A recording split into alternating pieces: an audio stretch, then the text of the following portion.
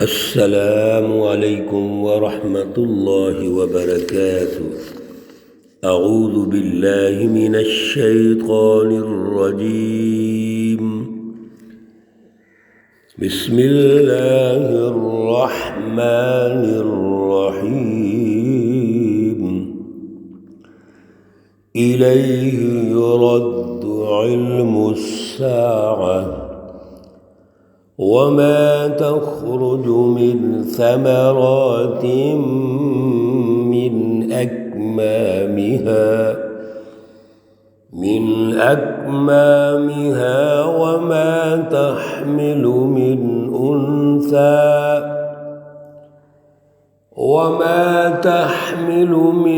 أنثى ولا تضع إلا بعلمه،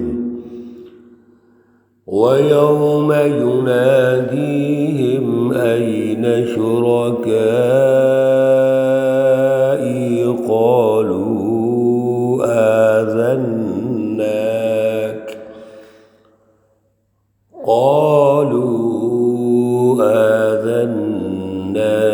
ما منا من شهيد۔ صدق اللہ العلی العظیم۔ اللہم صل علی سیدنا و مولانا محمد النبی الأمی وعلی آلہ واصحابہ وبارک وسلم وصلی علیہ۔ معزز سامعین و سامعات، سورۃ حامیم السجدہ پارہ نمبر 25 کا آغاز یہاں سے ہو رہا ہے، اور آیات مقدسہ ہیں 47، 48 اور 49۔ اللہ رب العزت ان آیات کا فہم اور شعور عطا فرمائے، اور عمل کی توفیق اور صلاحیت عطا فرمائے۔ گزشتہ درس میں جہاں پر پارہ نمبر 24 مکمل ہو رہا ہے، اللہ رب العزت نے حضرت موسیٰ علیہ السلام کو بطور مثال پیش کیا کہ یہ کلام مقدس جب سورہ مبارکہ کا آغاز ہوا تھا تو اللہ رب العزت نے ارشاد فرمایا، تنزیل من الرحمن الرحیم، کتاب فصلت آیاتہ قرآنا عربیا لقوم یعلمون۔ یہ کتاب مقدس اللہ کی طرف سے ہے، اور اس میں ہر چیز کی تفصیلات ہیں، یعنی مکمل سسٹم ہے۔ تو اللہ نے موسیٰ علیہ السلام پر بھی کتاب مقدس تورات نازل کی، لیکن انہوں نے موسیٰ علیہ السلام کی قوم نے اختلاف کیا۔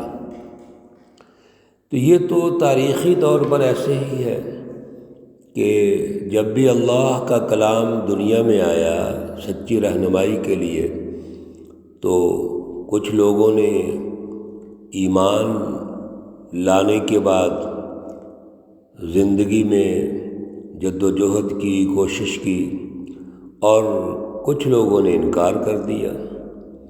اس لیے یہ اللہ رب العزت نے اپنی سچی رہنمائی تو دینی ہی دینی ہے، اب رسول اللہ صلی اللہ علیہ وسلم کے ذریعے سے دی جا رہی ہے۔ تو جو لوگ انکار کرتے ہیں اس میں پریشان نہیں ہونا چاہیے۔ اصل چیز یہ ہے من عمل صالحا فلنفسہ، کہ جو بھی سچی جماعت اعلیٰ شعور اور اعلیٰ نظریہ اختیار کر کے جد و جہد کرے گی وہ دنیا اور آخرت میں کامیاب ہوگی۔ اور اگر کچھ لوگوں نے اختلاف کیا، سچی رہنمائی کا انکار کر دیا، تو پھر اس کے ذمہ دار وہ خود ہیں، اللہ رب العزت کسی پر معمولی سا بھی ظلم نہیں کرتے۔ اب یہ جتنے بھی منکرین ہیں، کفار مکہ، مشرکین مکہ ہیں، یہ تو سچی رہنمائی کا انکار کرتے ہیں، اس اعلیٰ شعور، اعلیٰ نظریہ، اعلیٰ علم کا انکار کرتے ہیں۔ تو جو قیامت کا علم ہے وہ کیسے ان کو سمجھ آئے گا؟ ایک وہ علم جو مثالیں دے کر اللہ سمجھا رہے ہیں، یعنی پیچھے زمین کی بات ہوئی، آسمان کی بات ہوئی، اور پھر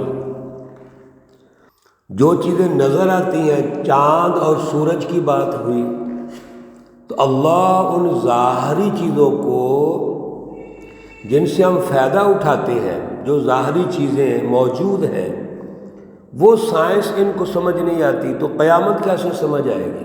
الیہ یرد علم الساعہ، یہ جو قیامت کا علم ہے یہ تو اللہ کے پاس ہے۔ ان اللہ عندہ علم الساعہ، قیامت کا علم صرف اللہ جانتے ہیں، اللہ کے علاوہ کوئی نہیں جانتا۔ تو قیامت کا علم یہ کیسے سمجھ سکتے ہیں؟ اتنے جو کم سوچ اور کم عقل رکھتے ہیں، جو غور و فکر نہیں کرتے، تو قیامت کا تو مستقل علم ہے، وہ اللہ کے پاس ہے۔ اللہ نے کسی اور کو، خواہ وہ اللہ کے نبی کیوں نہیں ہے، ان کو بھی قیامت کا علم نہیں دیا۔ رسول اللہ صلی اللہ علیہ وسلم سے جب سوال کیا گیا کہ متی الساعہ، قیامت کب آئے گی، یہ حدیث جبرائیل میں آتا ہے۔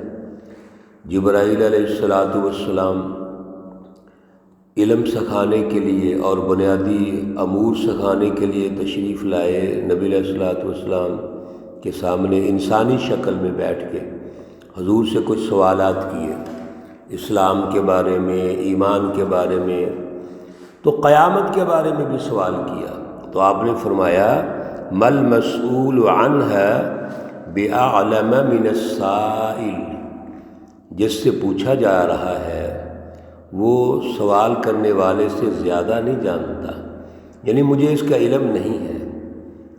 تو میرے عزیزو، قیامت کا علم یہ کفار، مشرکین یا نفسیاتی طور پہ جو پست لوگ ہیں وہ کیسے سمجھ سکتے ہیں؟ ان کو تو اتنا بھی نہیں پتا وَمَا تَخْرُجُ مِن ثَمَرَاتٍ مِّنْ أَكْمَامِهَا، اور نہیں نکلتے پھلوں میں سے جو پھل نکلتے ہیں، اور پھل ایک غلاف سے باہر آتے ہیں، دانہ ایک خوشے سے باہر آتا ہے، یہ بھی ان کو نہیں پتا۔ اسی طرح وَمَا تَحْمِلُ مِنْ أُنثىٰ، جو کوئی عورت وہ اپنے پیٹ میں کیا رکھتی ہے، کس چیز کا حمل ہے اس کو، یا کوئی بھی مادہ دنیا کے اندر مخلوقات میں سے جو مادہ ہے اس کے پیٹ میں کیا ہے، اسی طرح ولا تضع، اور اس نے کیا جننا ہے، الا بعلم، مگر یہ ساری چیزیں اللہ کے علم میں ہیں۔ یعنی اللہ مثال دے کے پھر سمجھاتے ہیں، اس ذہنیت کو اللہ تعالیٰ بار بار ہمارے سامنے تربیت کے لیے پیش کر رہے ہیں کہ یہ کفار، مشرکین، منافقین ایک بنیادی علم جو عام علم ہے یہ وہ نہیں سمجھ سکتے، تو یہ قیامت کا علم کیسے سمجھ سکتے ہیں؟ وَيَوْمَ يُنَادِيهِمْ، اور اس دن پکاریں گے ان کو، اَيْنَ شُرَكَائِي، کہاں ہیں میرے شریک؟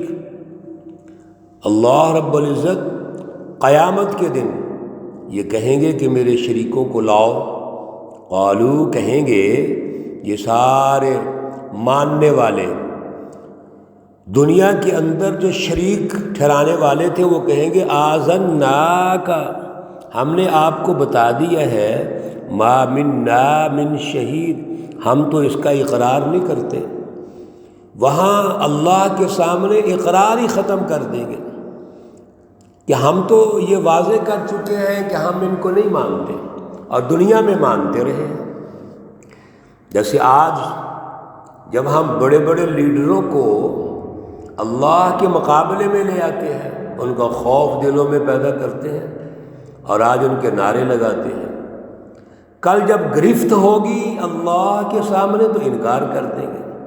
بڑے بڑے بتوں کو پوجنے والے انکار کر دیں گے۔ وَضَلَّ عَنْهُمْ مَا كَانُوا يَدْعُونَ مِنْ قَبْلُ، اور گم ہو گئے ان سے جن کو وہ پکارتے تھے، یعنی وہ نظر نہیں آتے وہاں پہ۔ وَظَنُّوا، اور سمجھ گئے مَا لَهُم مِّن مَّحِيصٍ، کہ یہاں پہ اب کوئی نجات دینے والا نہیں ہے۔ قیامت کا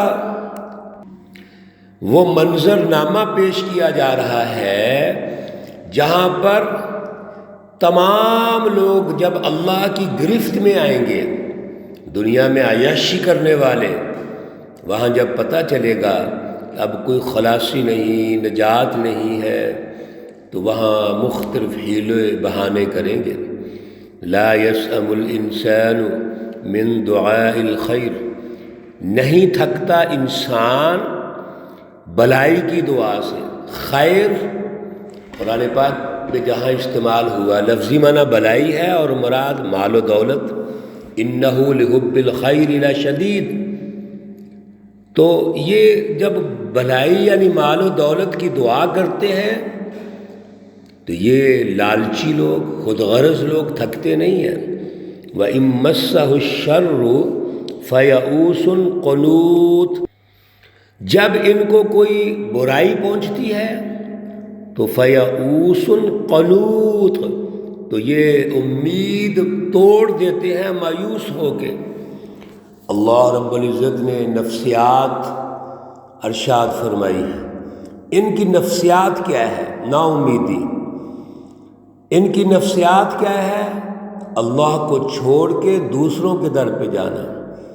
نفسیات یہ ہے کہ جب بھی مال و دولت نہیں ہوگا تو پھر دعائیں کریں گے، اور جب آ جائے گا تو عیاشی کرتے ہیں، اور پھر نا امیدی بہت زیادہ ہے۔ میرے عزیزو، یہ ناشکری جو لوگ ہیں، کافر ناشکرہ ہوتا ہے، مشرک ناشکرہ ہوتا ہے، منافق ناشکرہ ہوتا ہے۔ جو ناشکرے ہیں وہ علم میں بھی پیچھے ہیں، دنیا کے علم میں بھی پیچھے، اور اللہ نے جو دیگر علوم رکھے ہوئے ہیں جیسے قیامت کا علم ہے اس سے بھی پیچھے ہے۔ اصل میں یہ سچی رہنمائی لینا نہیں چاہتے، کنفیوز ہیں، شک و شبہ ہے ان کی زندگی کے اندر۔ مشرک کبھی بھی مستقل مزاج نہیں ہو سکتا، منافق بھی مستقل مزاج نہیں ہو سکتا۔ اس لیے شرک سے بچو، نفاق سے بچو، اور اللہ رب العزت کی رہنمائی کو دل سے قبول کرو۔ اللہ رب العزت ایک انسان جو ناشکرہ ہے، جو کفر کرتا ہے، نافرمانی کرتا ہے، اس کی نفسیات کا تجزیہ ارشاد فرما رہے ہیں، اور آگے بھی آ رہا ہے۔ اللہ رب العزت ہمیں اعلیٰ شعور اور اعلیٰ سمجھ عطا فرمائے۔ اللہ رب العزت تمام بیماروں کو شفائے کاملہ عاجلہ مستمرہ عطا فرمائے۔ اللہ رب العزت تمام مرحومین و مرحومات کو جنت الفردوس میں اعلیٰ مقام عطا فرمائے۔ ربنا تقبل منا انك انت السميع العليم وتب علينا انك انت التواب الرحيم، وصلى الله تعالى على النبي الأمي محمد وعلى آله وأصحابه أجمعين برحمتك يا أرحم الراحمين۔ السلام عليكم ورحمة الله وبركاته۔